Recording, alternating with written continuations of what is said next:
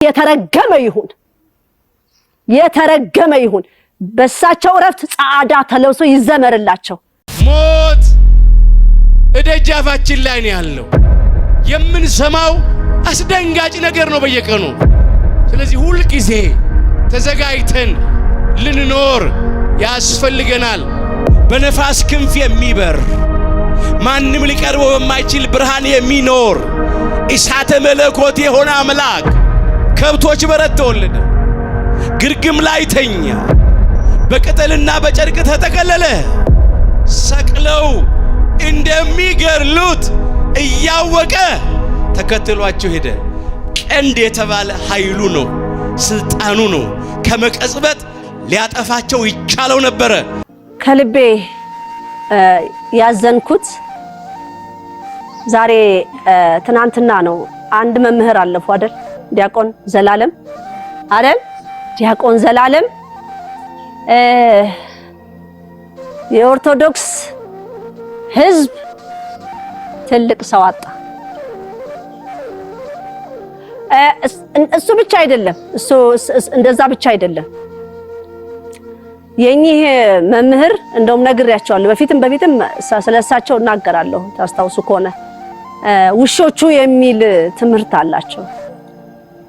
በጣም የደነቀኝ ደግሞ ሲነገረኝ አንድ ቤተክርስቲያን ሄደው ሲያገለግሉ ብር አይጠይቁም። አንድ ደብር ሲያገለግሉ ብር አይፈልጉም። እውነታቸውና ምን ይሰራላቸዋል? ለሳቸው ዛሬም በሳቸው ቀብር ጥቁር የሚለብስ የተረገመ ይሁን በሳቸው ረፍት ጻዕዳ ተለብሶ ይዘመርላቸው። ትክክለኛ አገልጋይ ነበራቸው። ወላዲት አምላክ ክብር ይግባት። ምክንያቱም በነፃ ማገልገል ይሄ ነው የመምህር የዲያቆን ስራ። በነፃ ማገልገል ለእግዚአብሔር ቃል ገንዘብ እየተከፈለ ስንት መምህርና ስንት ዲያቆን ነው በየቤተ ክርስቲያኑ ሲሄድ ለማስተማር ስንት ሺህ ብር እየጠየቀ የሚያስተምረው? ከሳቸው ይማር።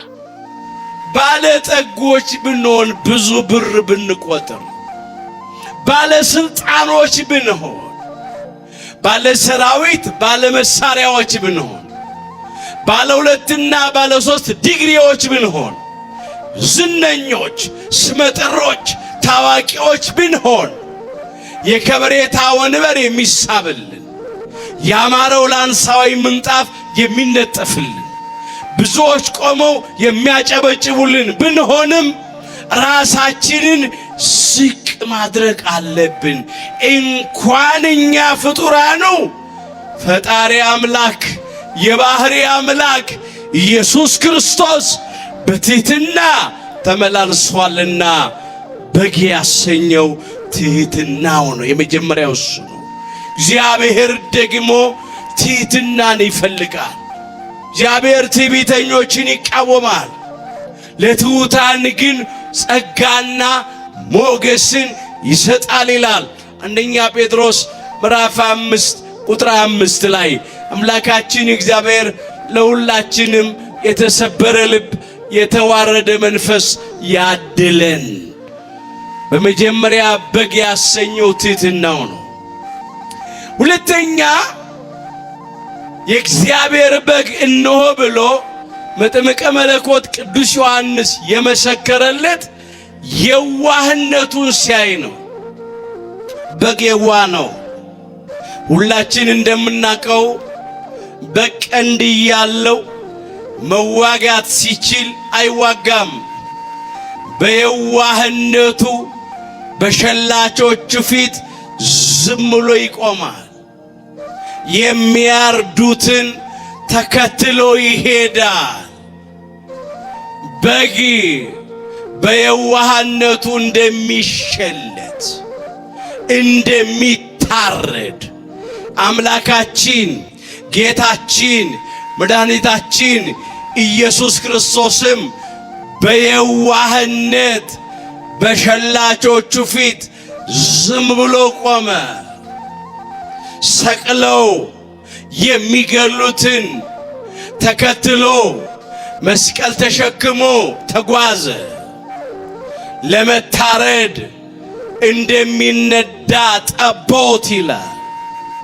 በሸላቾቹም ፊት ዝም እንደሚል በግ እንዲሁ አፉን አልከፈተም ይላል ትንቢተ ኢሳይያስ ምዕራፍ 53 ቁጥር 7 ላይ ስለ አምላካችን ስለ ጌታችን ስለ መድኃኒታችን ስለ ኢየሱስ ክርስቶስ መከራ መስቀል ነቢየ እግዚአብሔር ቅዱስ ኢሳይያስ አስቀድሞ በትንቢት የተናገረው ቃል ነው።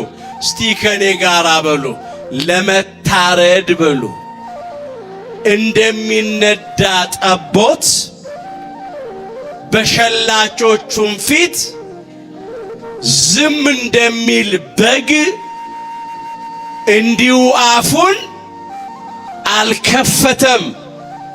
እንዲህ ተብሎ ነው የተነገረለት። በግ በሸላቾቹ ፊት ዝም ብሎ ነው የሚቆመው። አምላካችን ጌታችን መድኃኒታችን ኢየሱስ ክርስቶስም ልብሱን ሲገፉት ዝም አለ። ቀሚሱ እጀ ጠባቡ አንድ ወጥ ነበረች። ሲያወልቁበት እርቃኑን ሲያውሉት ዝም አለ። ሰቅለው ሊገሉት መስቀል አሸክመው እያንገላቱ ወደ ቀራንዮ ኮረብታ ሲወስዱት ዝም ብሎ ተከተላቸው። አስቀድሞ በክቡር ዳዊት የተነገረው ቃል እንዲፈጸም ልብሶቼን ለራሳቸው ተከፋፈሉ አለ። በቀሚሴም ላይ ዕጣ ተጣጣሉ አለ። የዳዊት መዝሙር 21 ቁጥር 18 ላይ ይሄን የተፈጸመው። አዎ ልብሶቹን ተከፋፈሉ፣ 4 ቦታ አድርገው። በቀሚሱ ላይም ዕጣ ተጣጣሉ። እጀ ጠባቧ አንድ ወጥ ስለነበረች ይህችንስ አንቀዳትም ብለው ዕጣ ብለው ዕጣ ጥለው ወሰዷት። እርሱን እርቃኑን ሰቅለው ገደሉት። የዋህነቱን ሲያይ በግ አለው። ወገኖቼ የተራቆትነውን ጸጋችንን መልሶ ሊያለብሰን ስለኛ ተራቆተ። ሊያከብረን ተዋረደ። ሊፈውሰን ቆሰለ። ከችንካር ሊያላቅቀን ተቸነከረ። ጣፋጩን ሊያጠጣን ሐሞትና ከርቤ መራራውን ቀመሰ። የሕይወት አክሊል ሊያቀዳጀን የሸዋ አክሊል ተደፋበት። እየቆሰለ የፈወሰን እየተዋረደ ያከበረን እርቃኑን ውሎ ጸጋውን ያለበሰን አምላካችን ጌታችን መድኃኒታችን ኢየሱስ ክርስቶስ ምን ከፍለው ምንም ነገር ስለሌለ ክብርና ምስጋና ይግባው። በደንብ አድርገን እናመስግን። የዋህነቱን ሲያይ በግ አለው። ከኔ ተማሩ አለ፣ እኔ የዋህ በልቤም ትሑት ነኝና አለ።